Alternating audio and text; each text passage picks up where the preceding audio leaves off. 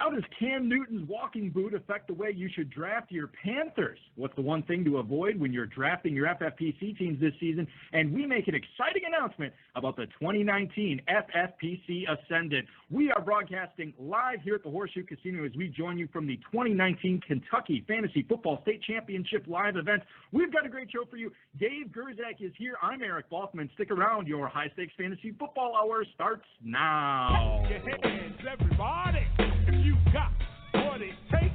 Cause I'm KRS and I'm on the mic. And premieres on the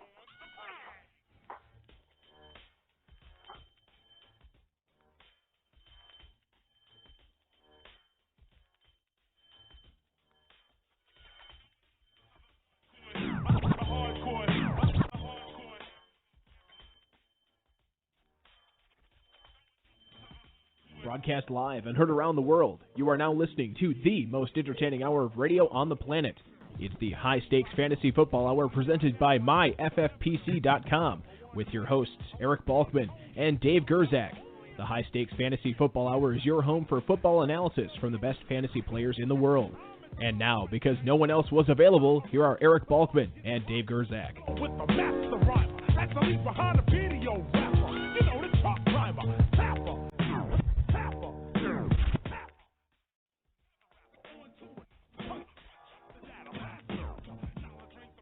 All right, thanks so much, Rob. I'm giving you a shout-out from Louisville here as you are hanging out, making sure everything runs properly back in the Appleton, Wisconsin studio. Greetings and salutations to the rest of you, all you Balkaholics and Gerzak addicts. Welcome to the latest episode of the High Stakes Fantasy Football Hour presented by MyFFPC.com. I am your slightly above-average host, Eric Balkman, and my co-host is the patron saint of fantasy football, the Dizzle, Dave Gerzak. Coming up on tonight's show, Dave and I actually have a surprise announcement regarding the 2019 FFPC Ascendant before we sign off, and then Kurt Awe and I will attempt to go back to back to back in defending our title in the Kentucky Fantasy Football State Championship auction. Shout out to the chat room right now. Feel free to post any questions you all might have with us in there. If you want to connect with us on Twitter, at HSFFhour, at Eric Balkman, at David Gerzak, Facebook.com/HSFFhour, 347-426-3682, 347-GAME-OVA, and highstakesfantasyfootball@gmail.com is where to reach us. Rob doing double duty tonight as Bryce is busy commissioning, so he is still my best friend. He's still the audio engineer, but he has commissioned Bryce tonight. And then, of course, our mutual friend Rob and producer doing everything that needs to be done for fantasy feedback as well as the entire show tonight. Big day today in the FFPC as for the first time in the FFPC's history, the main event started today, August 23rd. Very exciting stuff. They went off. They're going off again right now. We'll have more going off tonight. Jump in now. You can average your cost down if you already have a team. Get another one for $1,500. It's $350 off each additional team. So we want to take advantage of that. And certainly tonight, there is a spot open, actually several spots open, 10 of them to be exact, going off at a special 11 o'clock Eastern time tonight. You could win $500,000 tonight. You don't know, and you won't know unless you try and find out by drafting at that 11 o'clock main event slot tonight. Dynasty startups, of course, also forming at myffpc.com. Best ball, superflex, and double ups always available at myffpc.com as well. Dave, welcome in. We are in Louisville once again for I don't know how many years in a row we've done this podcast here. It's been, I don't know, I feel like 6 or 7 that you and I have done this show together, but you've been drafting down here for the better part of a decade or maybe more than a decade. Yeah, I think it's been like 12 years, Balky. I'm really excited. It's awesome to be here. I got here one day ahead of you guys. And, I'm really well rested. I'm ready to go. Yeah, and who have you hung out with so far? Danny Mueller, John Duckworth, Farrell Elliott, I've obviously run into, Jesse Bumstead. I saw a former Kentucky main event champ, Mark Salinas, said hi to him. Actually, back-to-back Kentucky champs, Jay Carey, Mike Fox, had a conversation before we went on the air with them. Travis Cox, I talked to him as well. So, hey, the gang's all here. Let's get to it tonight. You hung out with Duckworth already tonight, too. That's what I said. I did not, but I know you did. Yeah. So awesome. Football guys, Roto World, and Robert responsible for tonight's rundown. NFL Network's Ian Rappaport has reported that Cam Newton's injury, his sprained foot, does not appear to be serious. David J. Chow, who is a doctor, analyzed the injury right after it happened, and the Athletic's Jordan Rodriguez said that the injury is being characterized as a sprain. If you missed it last night, Cam Newton left the Carolina locker room after the game in a walking boot and had x-rays this morning. Was he wearing one of those goofy suits and weird purple? I don't know if they feather sticking out of it. Can you fit one of those suits over a walking boot? I don't know if you can. That's the issue. Yeah. So, and this is a good point too that I think Roto World had it. That walking boot, it seems really bad, Dave, but sometimes that's just to ensure that the foot doesn't swell up on the way home. Right. They are cautiously optimistic that Cam Newton is going to be ready for week 1. Are you cautiously optimistic when you're drafting players like Christian McCaffrey, DJ Moore, and Curtis Samuel, knowing what we know right now? Yeah, I feel all right drafting those guys. It should be fine. I think he's going to be all right, and I feel totally okay with him. So you're not knocking these guys at all based on this injury? I'm not. Okay, all right. And I think that's sort of my opinion on this as well. This could be all ado about nothing, or much ado about nothing, and we could look back on this as maybe, in Kentucky or whether you're drafting the FFPC main events, maybe you get a good deal on DJ Moore. Maybe you get a good deal on Curtis Samuel and look back on it like, man, it's a good thing that Newton injury news came out. Otherwise, we would be we wouldn't be enjoying the success in the main event and having a chance to go for this $500,000 because we got that discount on him when we drafted preseason week 3. Moving on, Marquise Brown caught all 3 of his targets for just 17 yards in the Ravens' 3rd preseason game yesterday. He also lost 4 yards on a rushing attempt.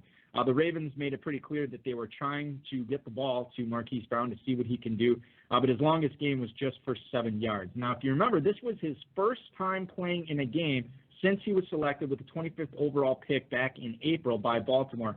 Most of the offseason, he was out recovering from a Lisfranc surgery on his foot, which I guess all Lisfranc surgeries are.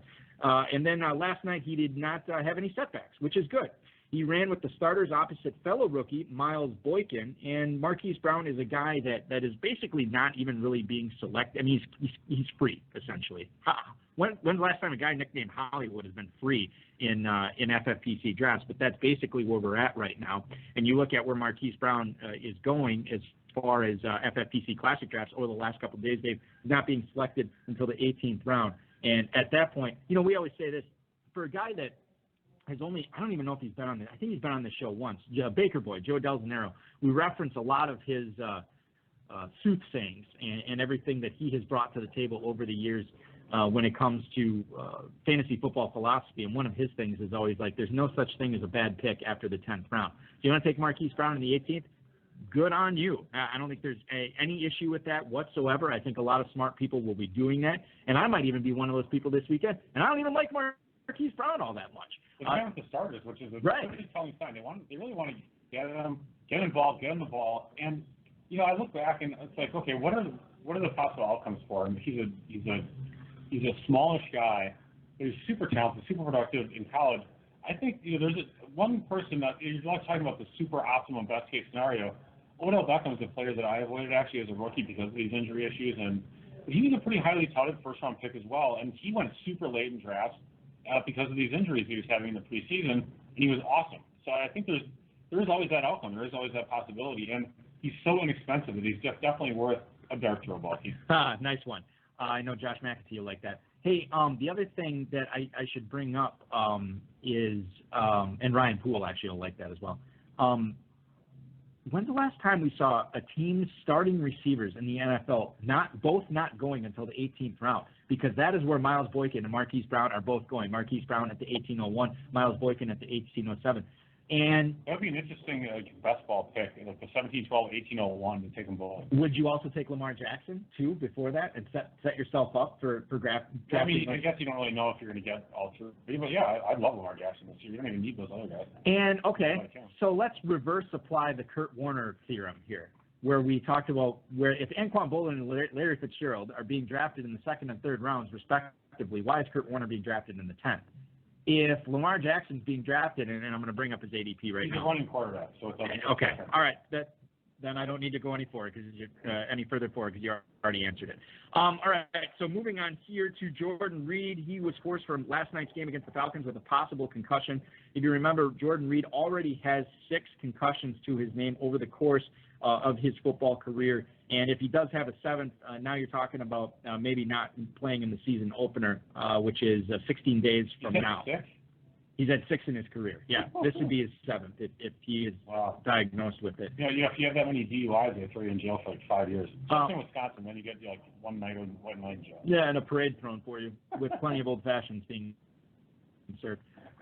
But you look at Jordan Reed.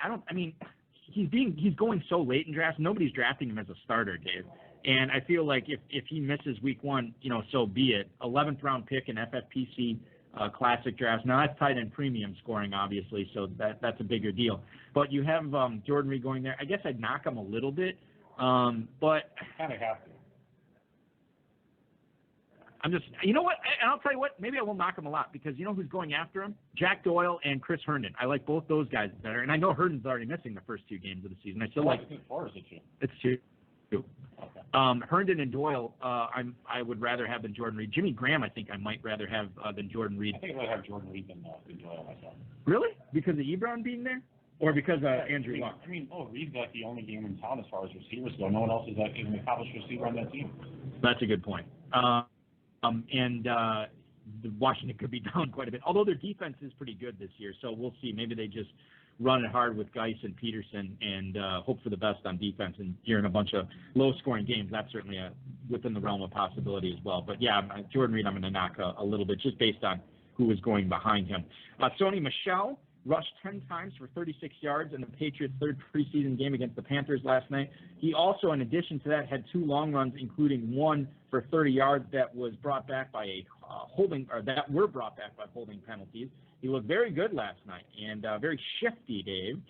Sony Michel also was being counted on when the Patriots are in the goal line territory. James Devlin obviously did punch that one in from the 1-yard line on his only carry last night. But this is a guy that you and I were both very nervous about at the start of the season, at the start of the drafting process, with his knee and everything. But everything looks good, and Damian Harris got a little banged up last night. He's going off the board right now in FFPC. This is not best balls. This is classics. Similar to the Football Guys Players Championship till the end of the 4th round. We're not going to get into the ascendant talk right now, but Michel is a guy after a performance like this that might have leapfrogged a bunch of guys. Given what we saw in the preseason for him last night, and given that his knee looks pretty good right now, Dave. Yeah, he's a person that have not been really targeting at all in drafts. And, I might still find it tough to take him because he's not really a big factor in the receiving game necessarily with James White there. So, they might start using him a little bit more. I think I'm a little bit – I'd anticipate him up at least a half round, maybe more, and I think I'm still kind of off him a little bit, even though I think he's a talented player. But he's got the injury history to worry about, James White to worry about. Great offense, but I don't know. I might still be passing. Let's get into some of the stuff that is, I don't want to say late breaking, but stuff that's coming off the newswire right now. Stephen Jones, the executive vice president for the Cowboys, says he's very optimistic that the Dallas will get a deal done with Ezekiel Elliott before the start of the season. He also said no deal is imminent right now. The Cowboys face the Giants on September 8th. Ed Werder had reported earlier this week that the Cowboys had offered Elliott an extension that would make him the second highest paid running back in the league behind Todd Gurley. And apparently Ezekiel Elliott is back in Mexico training with Marshall Faulk right now. So here's the $1 million question, Dave. How are you handling Ezekiel Elliott? Are you letting somebody else take him in the top 5? Is there in the first round where you're end the slide for Elliott? How do you handle a guy like him? And then also, how do you handle a guy like Tony Pollard who's been flying up FFPC boards? I'll answer the Pollard part first because he's been really moving up into like the 8th, 9th round and stuff like that. I feel like that's way too early for him, given the fact that it's highly likely that Elliott does come back. I put the odds of Elliott getting back in time for the season to start at like 80%. And even if that doesn't happen, I would say the odds of him being back by week 4 and starting and all of that at like 90-95%. All right. So to me, Pollard at that point is like a 15th, 16th round pick, which is where he was going before. He's a good backup and everything like that. He's a good handcuff. So Pollard will probably not be on many of your teams this weekend. I get that. Probably not this weekend if he's going to the 8th, 9th, 10th round. Yeah. Okay. And I'm with you on that. But Elliott, at this point, if you're that sure in him coming back, how much do you knock him out of the top 4 or the top 5, given that he might miss some action? At this point, I'd still entertain David Johnson or him. I would maybe consider David Johnson over him. Other than that, I'm still kind of keeping him right in that range. Okay. All right. Fair enough. What about you? I will take the big. Sorry to interrupt, but because of how Kentucky is, you kind of have the ability to be in the mix for Elliott or not. You can say, I'm going to be a 1, 2, 3 pick, and spend the money, or I'm going to go to the back end and not have that choice. I know for sure that there's 5 players I would take ahead of Elliott, for sure. All right, so the big, the so-called, so you have, Kamara, Yep. Barkley, Yes. CMC, Yep. David Johnson, Yeah. I'm guessing. I guess I'm wondering about the 5th. Hopkins. I would take Hopkins ahead of him as well. Interesting. Then when you start talking about the Travis Kelce, Devontae Adams area, then it gets a little dicey. See, but I kind of find that interesting in that, Hopkins is the so-called the so-called number 1, receiver, bar none, right? But when you look at the various projections, whether it's Draft Sharks or Football Guys or FF Mastermind or whomever, what separates Hopkins between those guys is 10, 20, like that. I know Draft Sharks has 2 players of Hopkins as receivers, and those guys go at the end of the first round. So I just find it interesting a little bit that people, including yourself, I guess, would say that, okay, I would take Hopkins, I wouldn't take Julio or Beckham or Devontae Adams or whomever, Here, I guess here's the separating factor for me, what makes Hopkins more desirable than those other guys and what puts him a notch above. This is his 7th season in the NFL, Dave. Mm-hmm. Take a guess at how many games he's missed in his career. 0? 1. Oh, wow. Missed 1 NFL game. Now, obviously, that might be the kiss of death, and he does something this year, and you can all blame me for it. But the fact of the matter is, Julio's on the wrong side of 30. Odell Beckham is still registering on the spectrum in the flake scale. He is still there. Devontae Adams is one head injury from potentially having his career over with some of the nasty concussions he's had. And it's not like I'm writing Adams off completely, because it does get a little interesting with him there. I still might take Adams over Elliott. But I don't know. I guess my thing is, I tend to be a little bit more risk averse, in the first round, and then I get riskier after that. Sure. And so I don't. That's kind of like with drinking. Yeah, that's a great point. Guilty of charged. Ezekiel Elliott is probably not going to be on many of my teams this weekend. Let's see what else we can talk about in Dallas, Dave. How about Amari Cooper? Because Stephen Jones said that his foot injury is more of a muscle strain. This is adding to the litany of the mystery of Amari Cooper's foot. We've heard muscle strain now. We've heard plantar fasciitis. We've heard Ian Rappaport call it a strained heel. I think that you are you are the Amari Cooper salesman to me, because whatever you say, I tend to kind of just go along with pretty easily. I was vehemently against him. You said, why are you so against him? This is what he's done in his career. Look what he did in Dallas. I said, you're right. I was wrong. I shifted my point. And then I said last week, this heel thing has me a little concerned. And you're like, I'm totally off him, Balky. What are you talking about? And so now I think I am totally off him as well. And the fact of the matter is, you look at where Amari Cooper is going in drafts right now, Dave, and you have to take him at on average, I should say, you don't have to take him there, at the 311. Julian Edelman, to me, is a little bit more attractive there. Chris Godwin, I don't know if I could pull the trigger on Chris Godwin over Amari Cooper, but Brandon Cooks I could. It is interesting when you get down to that level. I feel like there is a demarcation line actually below Cooper, and I personally do think that Cooks and Edelman and even Godwin are below it. Okay. FFPC drafters would agree with you on that. Yeah, I kind of agree with them then in that case. I feel like he kind of drops to the bottom of that tier. The T.Y. Hilton, Thielen, Diggs, whoever else is in that. Tier. Hilton, Diggs, Thielen, Keenan Allen. I think you move up. And then you get to the Antonio Flake Brown and Mike Evans. Bourbon City Ballers chiming in the chat, Dave. He says, well, go Gallup then. And you look at Michael Gallup, where he's going in drafts, 1103. Now, this is a guy that I was not on at all this year, and I feel like most people liked him more than I did. And now I'm actually a little surprised that he's still going in the 11th round, because if you're not a believer in Cooper and his injury, then Michael Gallup is the type of guy that you should be going after higher, but he's still going in the double-digit rounds. Yeah, I'm not a big Michael Gallup fan. He had 33 receptions for 507 yards and 2 touchdowns last year. Those rookie stats are just not in the neighborhood of what to me signals a possible breakout. I need a little bit more than that, and generally speaking, that's kind of what it bears out. If you're not hitting 600, 700, 800 yards your rookie year and more than 2 touchdowns, you're not as likely to break out. So I'm a little bit concerned about Gallup's talent. I was concerned about his talent coming in the NFL as well, and that hasn't changed. Jacoby Brissett, it was announced, it wasn't announced by Zach Kiefer, but Zach Kiefer on Twitter reported that Jacoby Brissett will not play in the preseason game against the Bears tomorrow. That's actually really interesting. Okay, tell us why that's interesting, because I think you and I we're in agreement here. That means that he's going to start week 1. to me because Luck's not going to be ready, and they're holding out the starter for week 1 and week 3 because they just can't risk another injury. That's my opinion. I totally agree. I think that's to me it's kind of goes without saying almost. But now, how do you handle guys like T.Y. Hilton, Jack Doyle, Eric Ebron, Marlon Mack? To me, I hope that they fall. I mean, and then if they fall, it's not like Jacoby Brissett is getting any worse. He's only getting better, and he's had NFL experience. In my opinion, I'm going to interrupt you just for a second. Yeah. In my opinion, I think he's one of the best backup quarterbacks in the NFL. Yeah, he's probably honestly like the 24th best quarterback in the NFL. That's actually a great point. 6 or 7 teams that could use him. So yeah, I mean, like, so guys, you talk about like Paris Campbell, Devin Funchess. Not that you were on Funchess, but you're not even really lowering these guys in your rankings at all. I'm not actually in the Taylor Young Memorial League, the only FFPC draft I'm doing is for charity. I took T.Y. Hilton in the 3rd round, and I recently took Funchess. Actually, I don't know where it was, the 15th or something like that. Just because it's the basketball, so why not get both of those? Sure, and just see what happens. I didn't get Luck, and that was on purpose. I took I think Murray and Lamar Jackson actually. Let me just briefly talk about the Colts running backs here for a second, as long as I'm on the subject. Who's a better value for you right now? Marlon Mack at the 310, Dave, or Nyheim Hines, who's going at the 1203?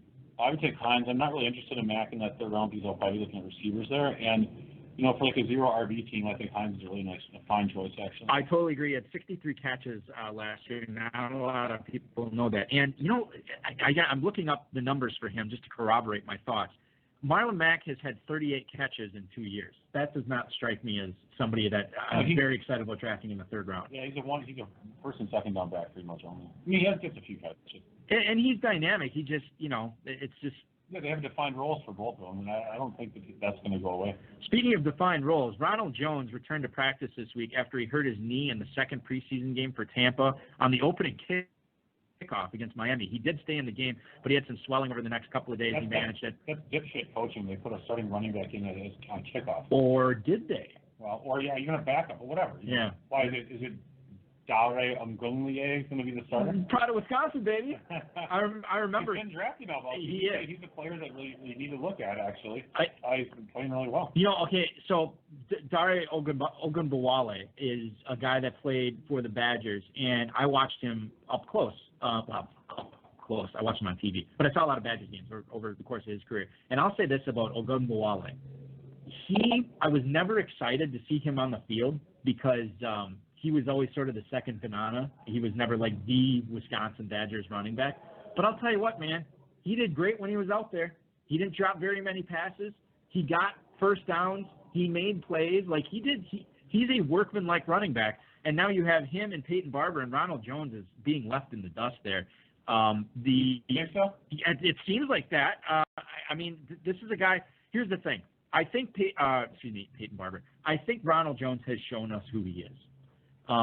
He's a guy that didn't catch passes at USC. He's not catching passes in the pros. He had many an opportunity last year, failed to take advantage of it. Now he's dinged up this year.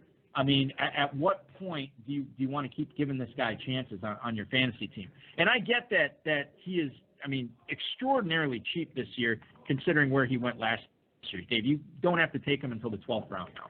But still, it's just like, for me to take him there, I'm expecting basically nothing. And whatever I get from him, that's great. But I'm much more likely to take Peyton Barber, who's going in the 9th round right now. I don't really agree with you on that. All right. Can you tell us, is it because of the Ogunbowale factor going in the 20th? No, I just don't think, Barber had a whole season to show us what he could do. And he's just not a special player, not that great. Rojo is he's a heck of a back. He's a good talent. I still believe in this talent.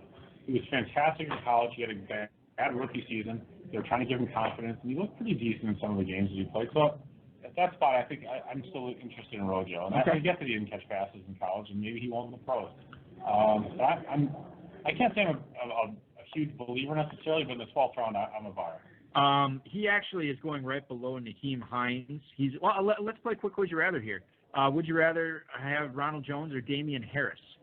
I'll take Ronald Jones. I would take Harris.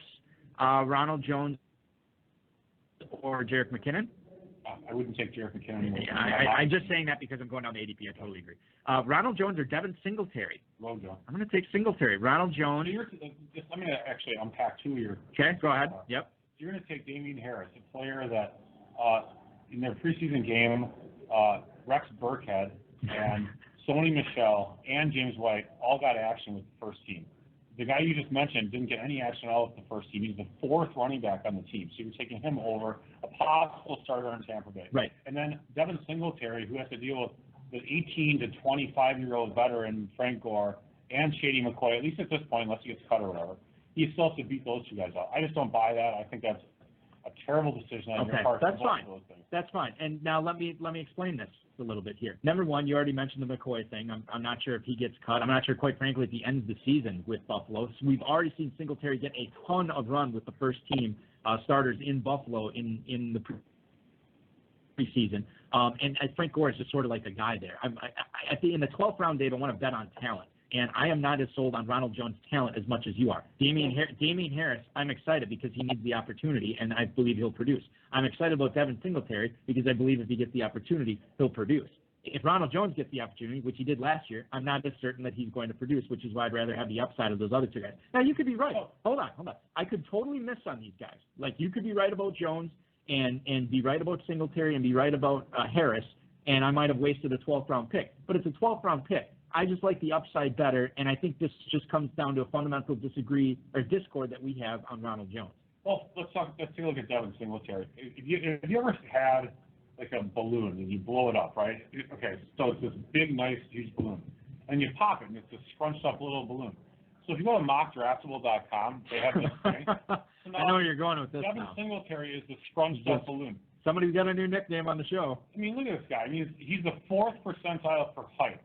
20th percentile for weight, 1st percentile wingspan, 2nd percentile arm length, 4th for hand size, 19th for 40-yard dash. Vertical jump is 57th, broad jump 41st, 3-cone 80. All right. Jesus, all right. That's terrible. 20-yard shuttle 20th and bench press 16. I mean, that is awful. First of all, I think we should call him the pop balloon. Second of all, and listen, I'm not going to defend his measurables because they're not good. In fact, they're quite poor. But I will say this, Dave. Doesn't really matter what you and I believe about his measurables. It matters what the coaching staff in Buffalo believes about this player, Singletary. And as long as they're giving him these opportunities with the first team, I think we need to respect that. It's the same thing we talk about, freeing these players every single year. Why isn't this guy getting run? He's so great when he's out on the field, and these teams never give him the opportunity to play. Well, I think we need to. Whether you and I feel like we would play these guys if we were the head coach is kind of irrelevant. You have to go with the people who are in charge. And right now, they like Singletary, so I think we have to be forced to open up to the possibility that Singletary could have a really good rookie year. Yep, you're open to it, and you are not. Probably not. That's fine. Should we put some 5s on this? God. Sure, I'll bet you that Ronald Jones has a better year than Devin Singletary. All right, and we want to go by FFPC points weeks 1 to 16, correct? Sure, yeah, all right. I have 5 on Devin Singletary. I got 5 on it, nothing with. Oh, so loud. We're in this. First of all, you have 5 on Ronald Jones. Don't make it seem like this is this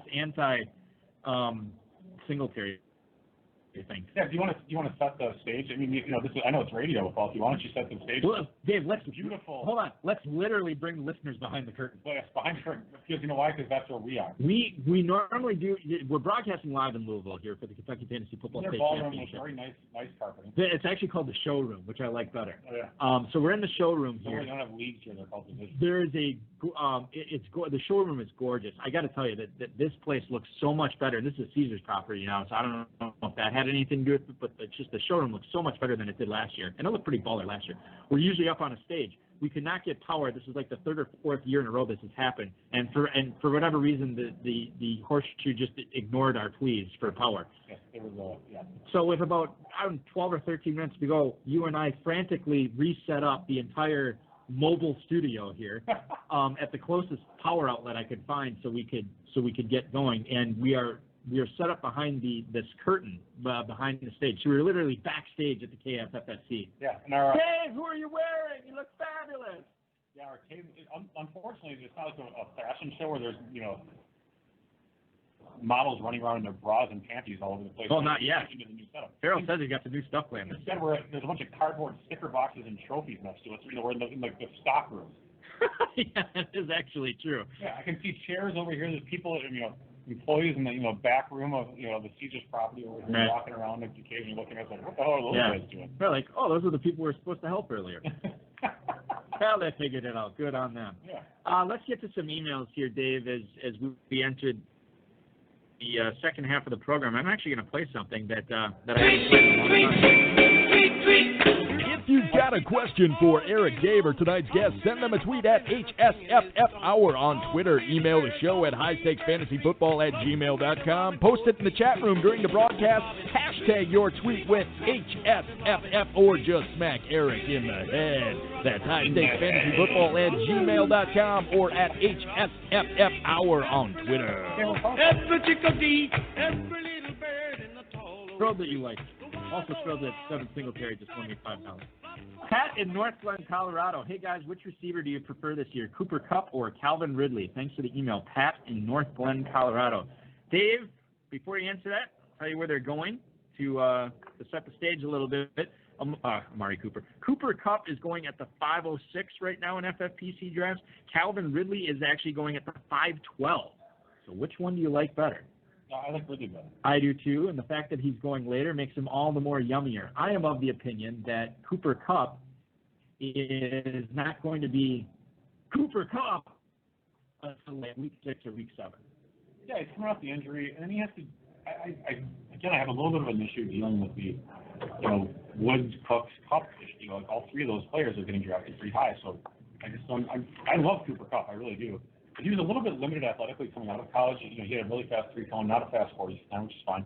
But you just wonder how much of that, if any, hopefully none. But I wonder if he lost any, if he's going to get it back right away.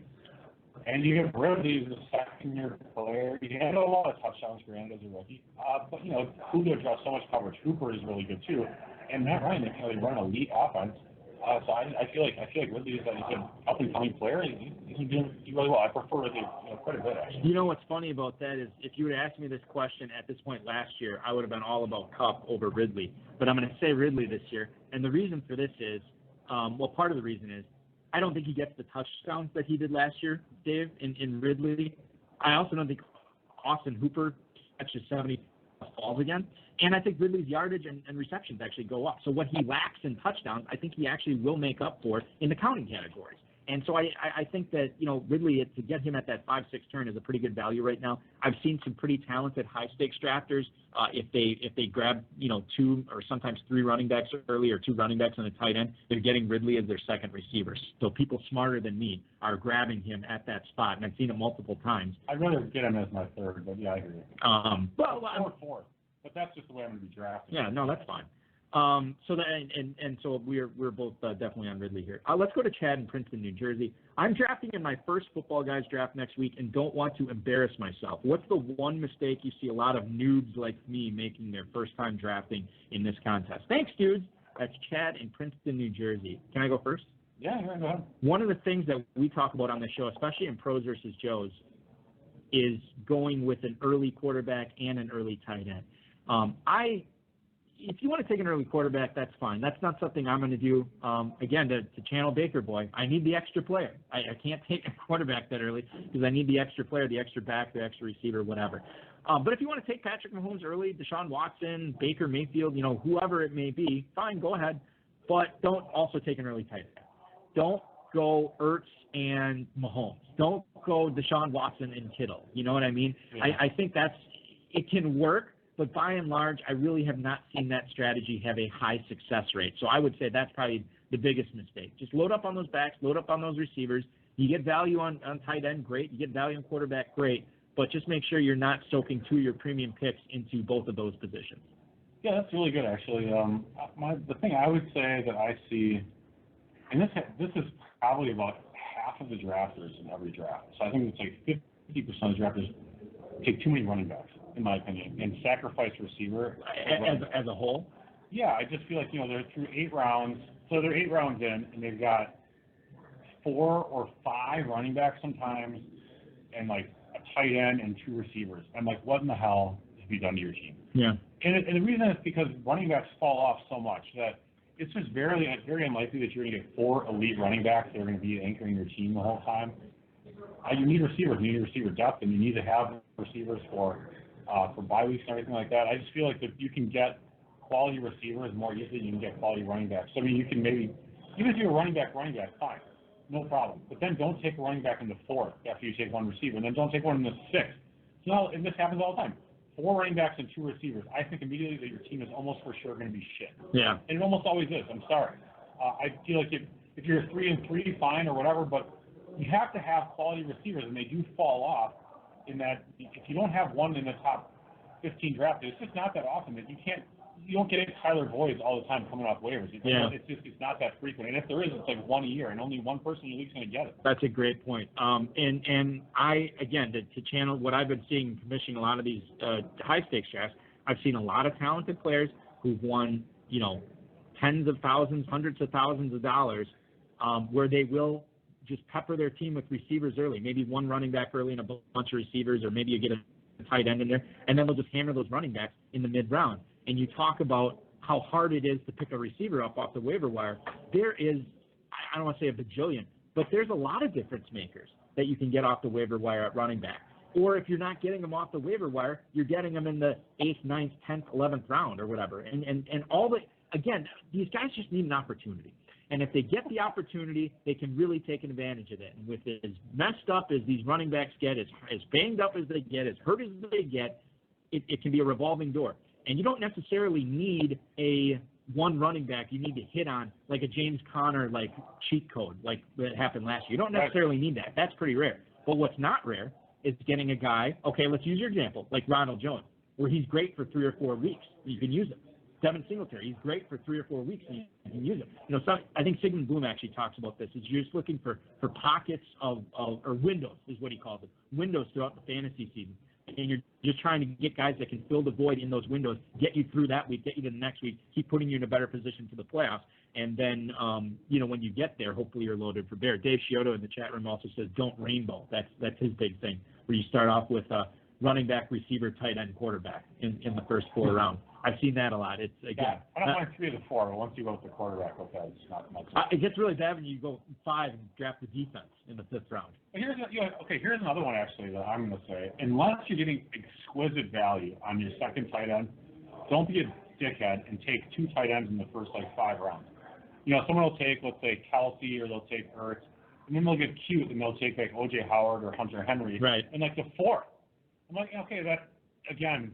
Fine, you can do that. But I mean, those like Howard or Henry doesn't have to be a top 4 tight end. And now you've sacrificed running back and receiver just to be that person and do that. Unless it's a value. Sometimes you can get, let's say Henry falls to like the late 5th or something like that. Well, fine, good job. You got that value. Right. Pick them up. But don't take them at their ADP when you've already taken a tight end. I just feel like you're overexerting yourself with the tight end premium, and now you're missing out on the other positions that are also very important. And I'll say this too. I mean, we talked about the last couple of years. Tight end was a wasteland, Dave. Like it gets really rough unless you're one of the elite ones. So you're taking a pretty big chance of these guys once the top 3 are off the board. You're taking a pretty big chance if you're going to draft Henry or Howard or Ingram early, because they've really got to hit. And if they don't hit, you're going to be chasing those points most of the season. Well, I mean, I think those 3 guys. I mean, I think the top 3 are. You have the tier 1. Tier 1 is Kelsey. Tier 2 is Ertz and Kittle, and then tier 3 is pretty much Ingram, Howard, and Henry. I do believe in trying to get one of those 6. I also like Jared Cook and Vance McDonald and Hooper actually as the fallback. But after that, then it does get dicey. You're in the Mark Andrews. I would still put Andrews in that. Yeah, but he's still a second-year guy who needs to break up. But I hear what you're saying. If I'm taking Andrews, I really want to get Andrews with like Jimmy Graham, or Andrews with Reed, or Andrews with Herndon, and make sure I'm hitting that second tight end. Then I want to get a second one pretty early because I don't feel all that comfortable about it. Andrews and Kyle Rudolph? Oh, yeah, that'd be okay. I mean, Ebron, I know a lot of people are off Ebron, and I kind of am a little bit to that extent. But I mean, he did catch a touchdown again right away in preseason, and he's a decent ball player. And sometimes he still falls. So I haven't gotten a lot of Ebron, but I believe in him. I think he's still a decent player. You know who's going right next to him in ADP right now? Would you rather have Eric Ebron or would you rather have David Njoku? Oh, yeah, Njoku's another player. God, that is kind of. I'd rather have Njoku. Yeah, I guess Njoku. The thing is that Jack Doyle has this thing with his hip again this year, then Ebron is like, lightning. You know what I mean? Yeah, I know, yeah. Final question on the tight ends. We got to move on to. We have a Keenan Allen question here. You talked about exactly. You talked about tier 2 with the tight ends, Kittle and Ertz. Do you have a preference between those two? If you know you're going to take a tight end and both of them on the board, which one are you taking first?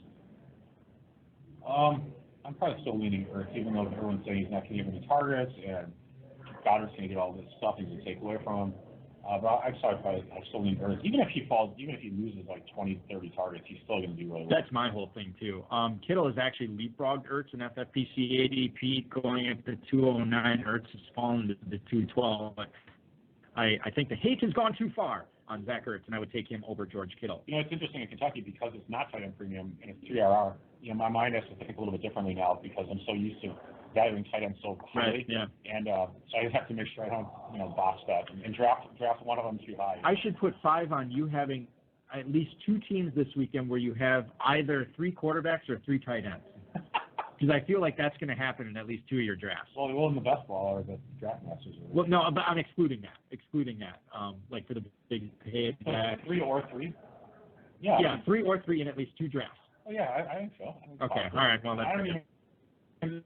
Yeah, I wouldn't even bet against it. Dave Chiodo also chiming in. Thought Balky would work in that someone won pros versus Joes with 1 tight end. Yeah, as long as we're on the subject. Roto experts Tim McCullough, the pros versus Joes. I think you put a quarter in a tip jar every time you say that. It was like 2014. He only drafted Antonio Gates, won the whole thing. Congratulations. And Don Metter won the 2009 FFPC main event with Dante Rosario. Yeah, bring that up too. The venerable Carolina Panthers also ran with his starting tight end as he won the FFPC main event. I'll say I don't think you're going to win a 2000 team main event with Dante Rosario type. Dave, who is this year's Dante Rosario?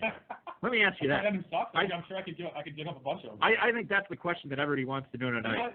Is it Tyler Croft, Dave? If you've been watching the Hard Knocks, I really do like Darren Waller. I think he's a good sleeper. I think other people are paying attention to him, but he looks good. Yeah, I walked in the showroom tonight. Farrell Elliott, like the first words I heard come out of his mouth were Darren Waller talking about something. So I didn't know about his abuse. I didn't know about the. I didn't realize that either. And so when he brought that up, I'm like, okay, you know what? That makes a whole lot of sense. And he looks like a good athlete. He looks like a clean-cut, good kid. And best luck to him. Yeah, I hope he does too. And Darren Waller at the 1408 for a third tight end in an FFPC format is music to my ears. Let's go to Jared in Dunwoody, Georgia. What's up, Dave and Balky? Are you dropping Keenan Allen now that we know his ankle is going to keep him until the regular season? Out of the regular season.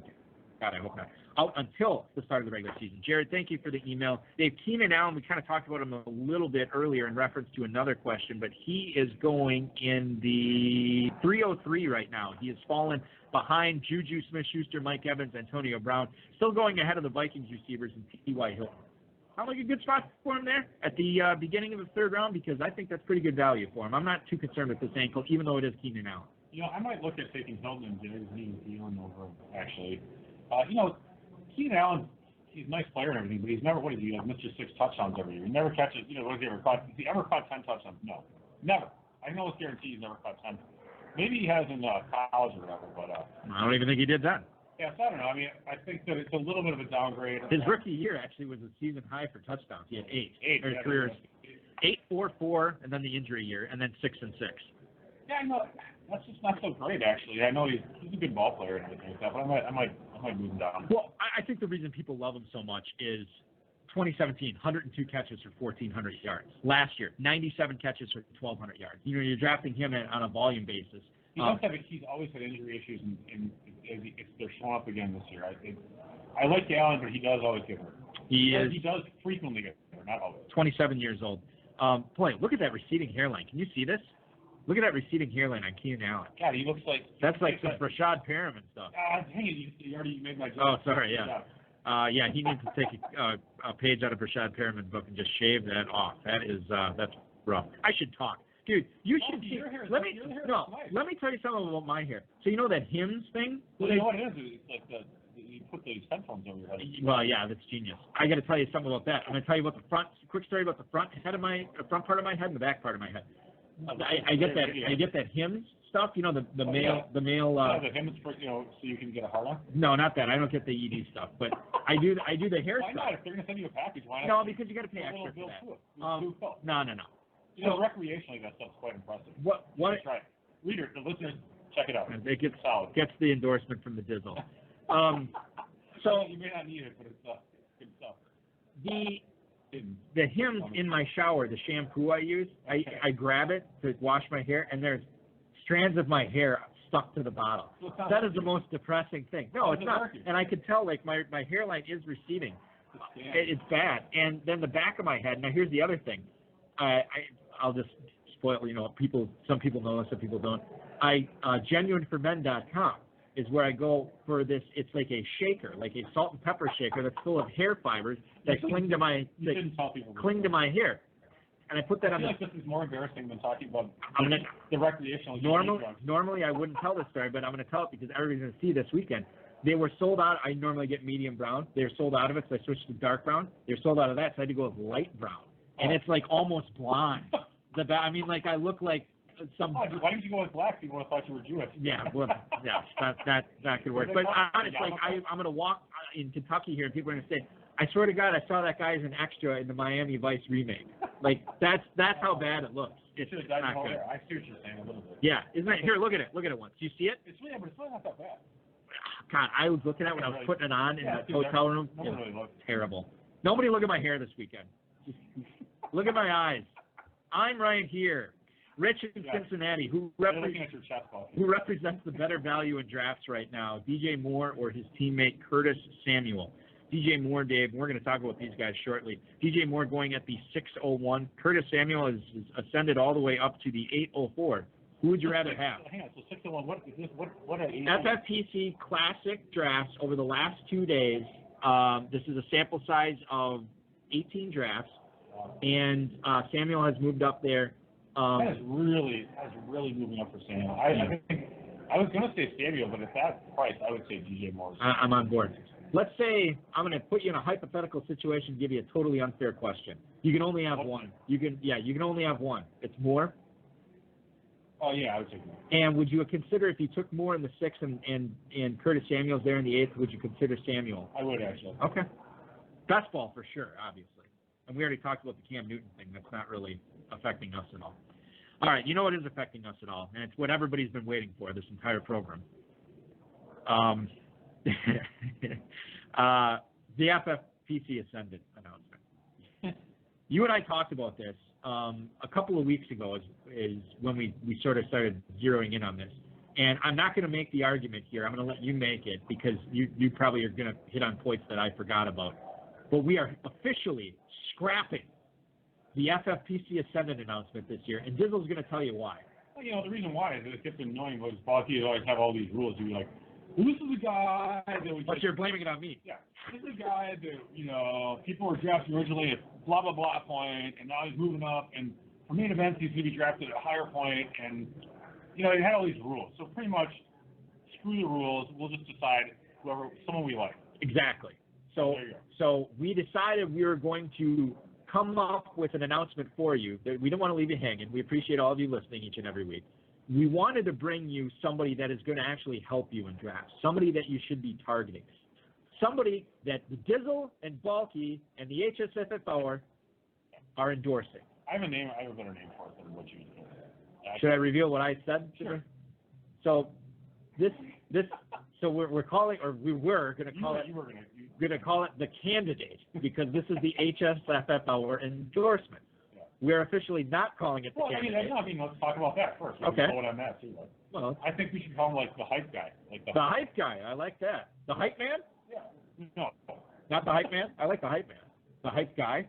Hype man is tough to say. You have to pause before Mike. Hype guy? Man. Hype guy, hype man. Yeah, because then it's like hype man. Hype man. Yeah. Hey, hype man. All right, the hype guy.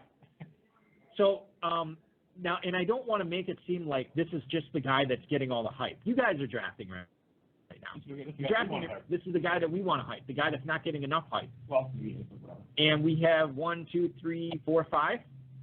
Or there could be more. I don't know. Well, if somebody comes up, they come up. But we have 5 names we're going to talk about right now, in no particular order, or maybe alphabetical. Tyler Boyd at the 5-1-2. AJ Green is out. Tyler Boyd is going to get a ton of volume this year, but worth mentioning, Dave, that Boyd was actually more successful when A.J. Green was on the field last year. He was. So what do you project for Boyd this year, how much can we hype him up based on his situation? Yeah, I think you can move him up, but I mean, he's going up to 5'12". He's already kind of moved himself pretty high. Yeah, I like him quite a bit. He's a talented player. He actually had a high phenom score coming out of college. People kind of forgot about him, and then third year he emerged again, and I think he's gonna have a fantastic season. I don't know if he'd be my choice for hype guy. Okay. He's a good player for sure. He's on the spectrum. Yeah, he's in it. Guy who's going 2 picks ahead of him, and a guy we just talked about. Well, you just said the 601 for DJ Moore, but that's right. Can I reveal something here? Oh yeah. The hype guy, we're using football guys at ADP. Normally that's not something I'm going to reveal on the show, but for these 5 players, or at least 3 of them, this football guys. DJ Moore 5'10", or 601, however you want to slice it. Yeah. I like him quite a bit more than Tyler Boyd. I think he's in for a massive season. I plan on getting him in a lot of drafts this weekend. I agree. Yes, I think he's definitely in the mix here. It's going to be very difficult for me to pick a guy other than DJ Moore, and I'll leave it at that. We'll go through the other 3.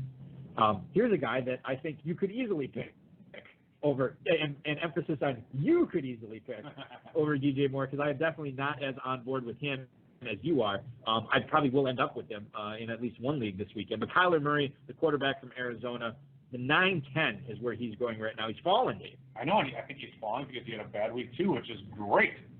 I know that the protection was terrible against the Raiders. He didn't look all that good. He didn't complete many passes. But again, if this is a regular season game, I think their offense would be, they have all the players out there. You know, Isabella played in the fourth quarter. I really, truly believe, and maybe I'm wrong, I do believe that Isabella and Keyshawn Johnson are going to be playing the 3 and 4 receiver sets. I think you're going to have Fitz, Christian Kirk, Isabella, Keyshawn Johnson. Those 4 are out there. Don't forget about my boy, Michael Crabtree, baby. Anyway, I thought he failed the physical. I thought he didn't. No. They were going to agree on a deal a couple of weeks ago. They couldn't come to terms, but then they did come to terms this couple of days ago. Yeah. Hold on, real quick. What's the percentage chance Michael Crabtree makes the team? I really have no idea. I haven't really talked to him. Okay, that's fine. So he's irrelevant for you in fantasy. That's fine. So then Gunther Cunningham with the Raiders was throwing all these blitzes at him, and Murray in preseason is not going to go running around because it's not the regular season. But if it was a regular season, he probably would have. Maybe he would have gotten safety like he did, but also maybe he would have had a 35 or 50-yard run. Maybe he would have had an 80-yard run. So you got to keep that in mind. I think Kyler Murray will have a similar or even better, which is tough to say, season that Cam Newton has as a rookie, which is an unbelievable rookie. I thought you were going to say Mahomes. I'm like, God, don't do that. Well, Mahomes was not a rookie. He was a sophomore. So that's right. I keep forgetting about that. He started those last 2 games in 2017. What was I going to say about did you notice the conversation on Hard Knocks between Antonio Brown and Kyler Murray? I saw them talking. I didn't really hear what they said. Kyler Murray said, they hugged or whatever, and he said to Antonio Brown, he's like, why'd y'all bring the house on me, bro? Like, as if, blitzing him all the time. Oh, that's what he said? Yeah, he said that to Brown. And Brown said, look, man, that's what they're going to do to you. And you can tell Murray was kind of miffed, but he didn't seem all that, he seemed annoyed that he had to deal with it. He did not seem overwhelmed. This is what I got to face every week. I have a feeling that Cliff Kingsbury and company, there was a lot of stuff that they had not installed or was installed and they chose not to use against the Raiders because they didn't want to blow anything that they want to reveal in the regular season. Okay, moving on. Let's talk about Miles Sanders, Dave, because this is a guy that has been shooting up draft boards. He is getting plenty of hype. Goes up to the 601 now. A perfect, in my opinion, 0 RB running back, a guy who could be a potential league winner. I'm going to butcher this. There was a tweet from one of the Eagles beat reporters, and I want to say it was Sheil Kapadia, but I could be wrong. But I think it was Sheil Kapadia that said, as long as it was sort of like an underhanded compliment, as long as ball protection and pass protection aren't concerns for the Eagles, Miles Sanders is going to be the number 1 running back here pretty quickly. And rough. Nobody kind of called. That's rough. Nobody said anything about that. You know what I mean? That is important, actually. That's not exactly a compliment, Right. Showing that, look, Sanders has all the tools, but he's got to hold on to the ball, something that he had problems with at Penn State, and he's got to be able to pass protect, something again that he had problems with at Penn State. But the fact that they invested this pick in him, and when the Eagles really don't have a good answer at running back other than Jordan Howard, I think Sanders could be a league winner. I'm not necessarily certain that he will be a league winner, but we shall see what happens on there. just to bring everybody behind the curtain right now, one Drew Maselli has come back here to say hello. I don't drink whatever this is. What is it? Drew, what is it? Woodford Reserve. Oh, it's Woodford Reserve bourbon. No, just come on. I don't drink straight bourbon, dude. It's good stuff, man. I appreciate the offer, but that's going to taste have like... we met before? Have I ever, you ever seen me drinking straight liquor? Most nights we never know what we're drinking.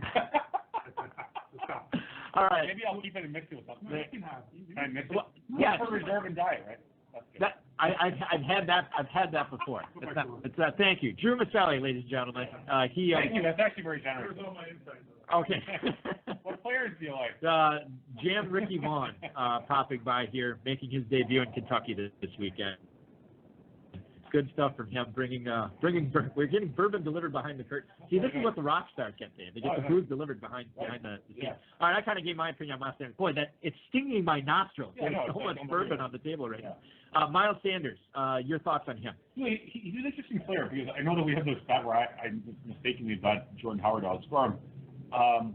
But I've really come around on Miles Sanders. I feel like if you're being a really optimistic person, you can look at him as Adrian Peterson his rookie season when he was going in the 4th round, I believe, and he was behind who's the running back on the team at the time?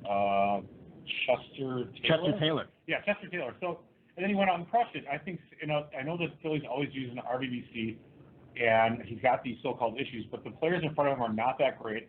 I think Sanders is actually a really talented back, and I think that there's a strong possibility that he really crushes his draft position. He could be one of those players that next year is going in the 1st round of draft. Right, yeah, he totally could be. And the next player we're going to talk about is the same thing. So if you can get one of those guys, and where's he going? Where's he? 5th? Miles Sanders, 601. Yeah, 601. And he might be.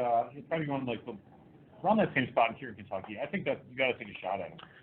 Let me do a quick would you rather. These guys are all going ahead of Miles Sanders. Miles Sanders or Mark Ingram?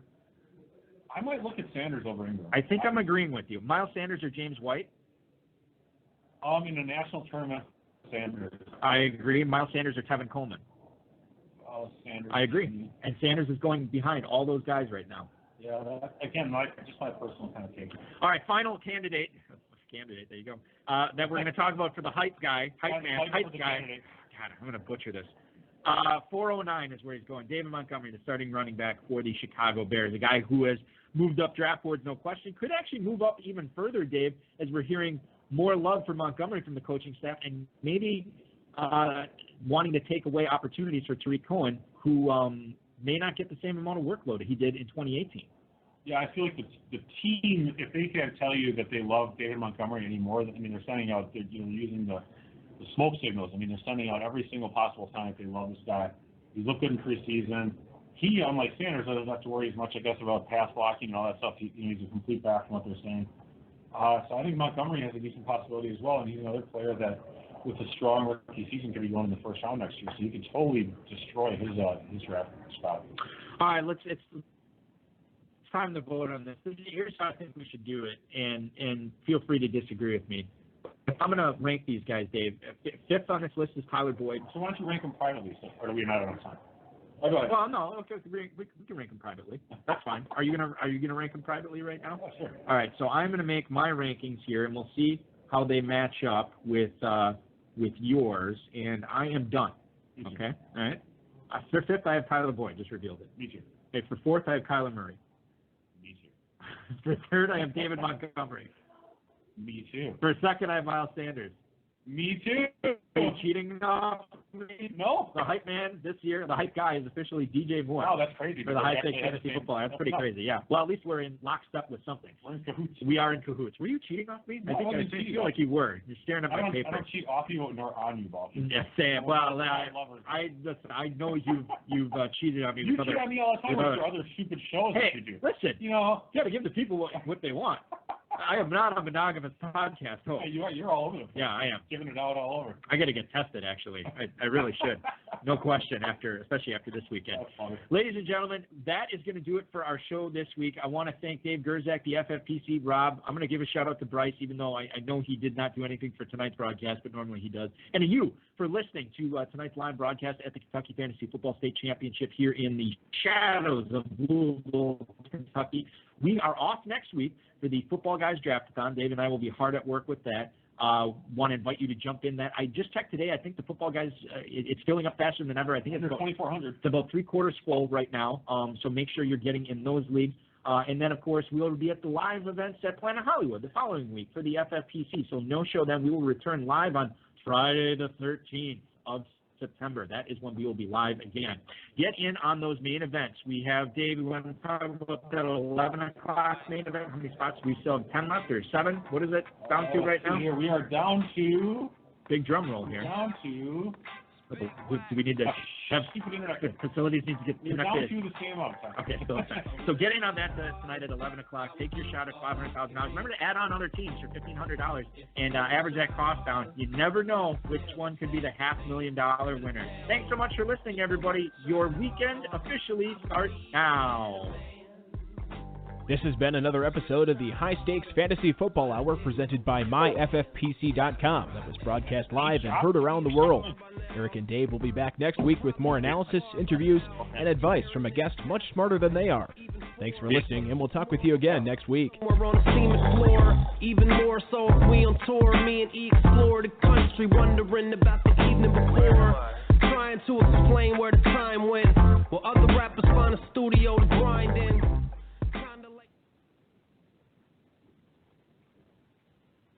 Bourbon City Ballers in the chat room says, see you tomorrow. He'll be out here. This is Kevin Williamson, who's going to be out here tomorrow. Okay. And he also says, save some damn bourbon. All right, Kevin, I'll say this for you. Just keep that overnight. We'll age it even further. Dave's going to have an oak cask. He's going to put it in his hotel room tonight, and that'll be fresh-ish tomorrow. Thanks for listening, everybody. Hop in that FFPC main event. Jump in that Football Guys Draft-a-thon, or jump in the Football Guys Draft tonight. And we will see you in Vegas. Talk to you in a few weeks.